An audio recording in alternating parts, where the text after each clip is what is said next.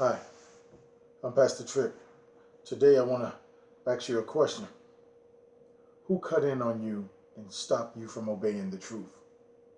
Who stopped you from obeying God?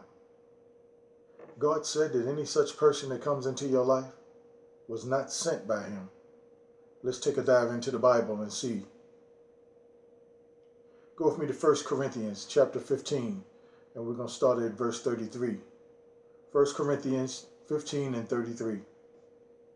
Do not be misled. Bad company corrupts good character.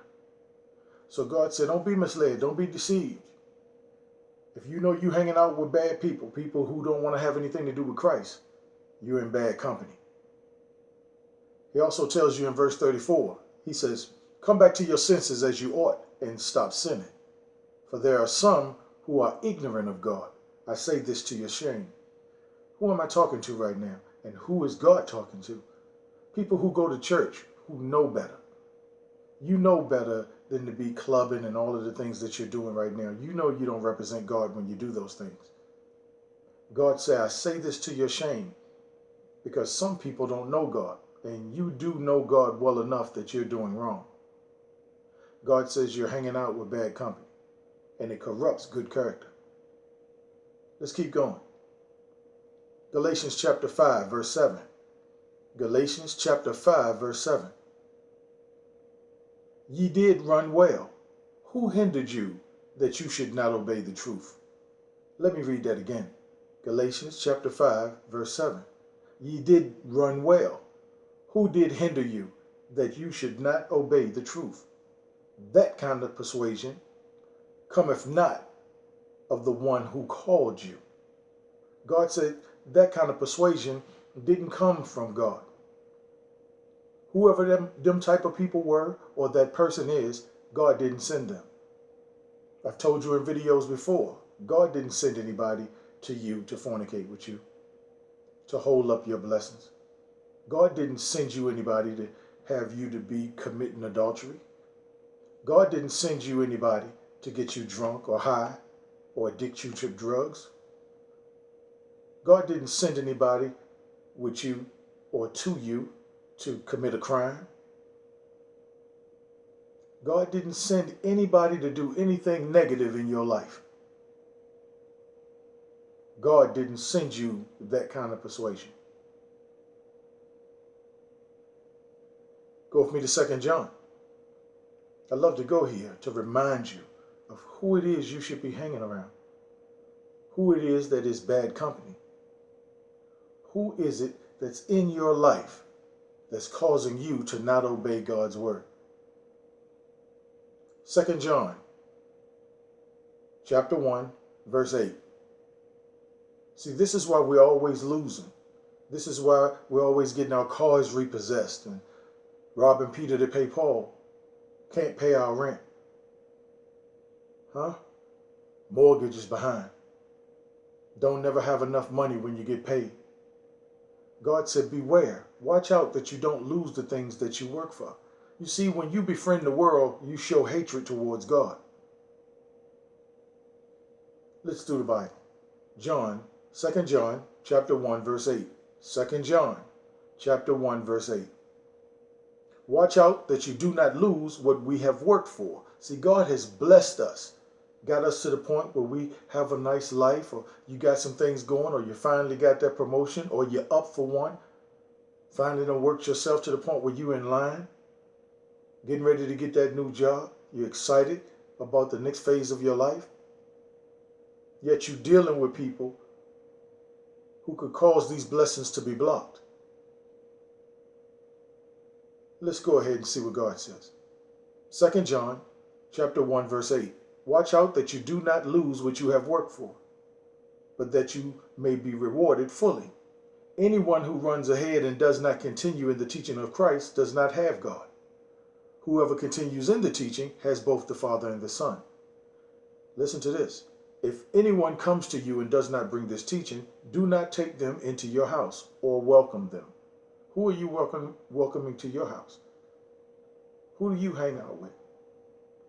Who is it that has keys to your home? Are they Christ?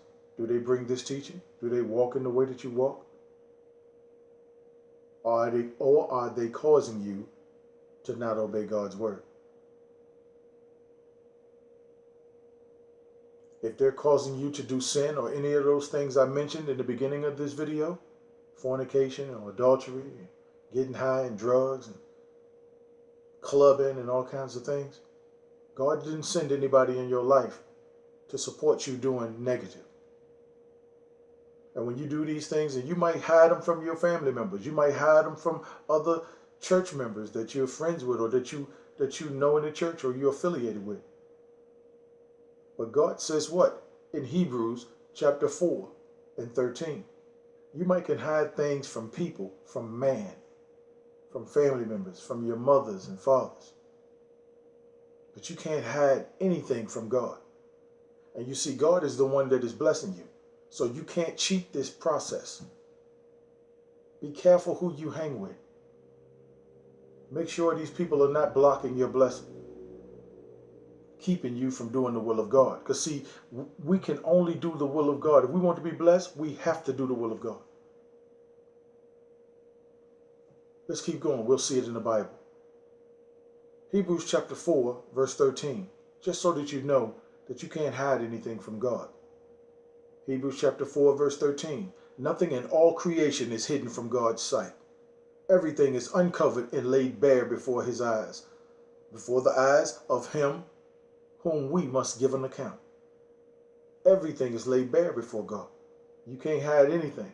So if God is the one that's blessing you and he sees everything, everything is laid bare before him, there's no cheating the process. Let's take a look at another. Proverbs 28 and 13. Whoever conceals their sin does not prosper, but the one who confesses and renounces them finds mercy. If you're hiding sin, you don't prosper. See, you got to walk in the way of God. You got to abide in his word. You got to continue in the teaching.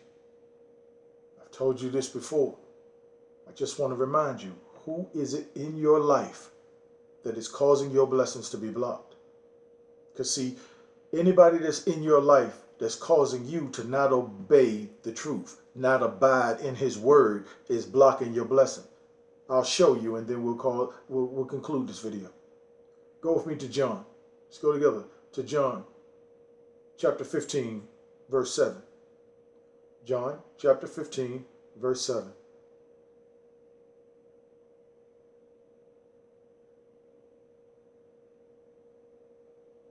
It says, if ye abide in me, and my words abide in you, ye shall ask what you will, and it shall be done for you. Can you imagine that? If you abide in his word, and his words abide in you, that means you're doing the will of God. Living right, making the right choices, staying away from negativity. When you ask for something, he said it shall be done for you. I'll read it again. John chapter 15, verse 7. If ye abide in my word, if ye abide in me, and my words abide in you, ye shall ask what ye will, and it shall be done unto you. It don't get no better than that. Bottom line, stay in him, family. And anybody that's causing you to sin, that's bad company. God didn't send them.